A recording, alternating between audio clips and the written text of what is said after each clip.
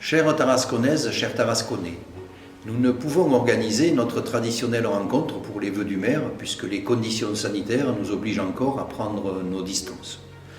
En cette soirée de la Saint-Sylvestre, je tenais à m'adresser à vous afin que nous puissions ensemble faire un retour sur cette année si singulière et si anxiogène pour chacun d'entre nous et envisager la nouvelle avec optimisme. L'année 2020 a été marquée par l'arrivée du virus dans nos vies et notre quotidien en a été bouleversé. En mars 2020, le confinement est arrivé avec l'obligation de rester chez soi, en famille ou seul, pour éviter toute contamination. Cette période a été très difficile pour chacun d'entre nous.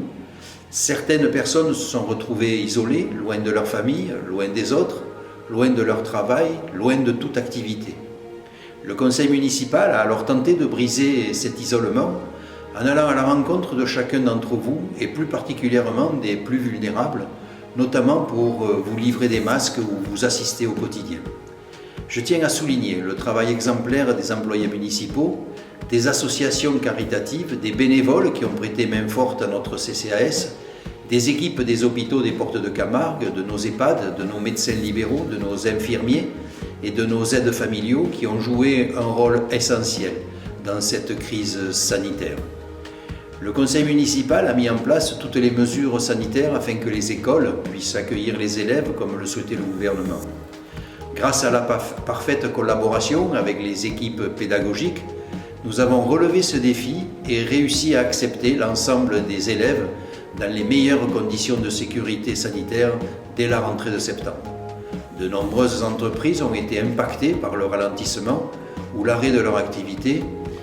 Et afin de les soutenir pendant cette période extrêmement tendue, le conseil municipal a décidé de leur accorder des aides directes, de suspendre les loyers des entreprises louant un local communal, de les exonérer de la taxe sur la publicité extérieure et de la taxe sur l'occupation du domaine public. Certaines familles ont été touchées par le chômage, soit-il partiel, et je veux leur apporter tout mon soutien en ce début d'année, sans oublier nos jeunes dont les formations ont été suspendues et qui effectuent leurs études à distance. J'ai une pensée toute particulière pour les agriculteurs et l'ensemble des acteurs locaux de notre commune, et plus précisément pour ceux qui sont encore fermés et qui n'ont plus de revenus. Ainsi, la crise sanitaire que nous vivons nous impacte tous, et je salue le sérieux dont chacun a fait preuve jusqu'à maintenant. C'est grâce à l'implication de chacun que nous pouvons être fiers d'avoir contenu la maladie, même si nous savons que les conséquences vont parfois être importantes et qu'il va falloir redoubler encore de patience et de volonté pour refaire surface. Aussi, je vous souhaite à tous beaucoup de courage et d'énergie pour les mois qui arrivent et je salue avec satisfaction l'élan de solidarité qui anime notre société tarasconnaise. À l'heure où je vous parle, plusieurs vaccins vont arriver sur le marché français. Mais nous ne savons pas exactement comment va se dérouler la campagne de vaccination.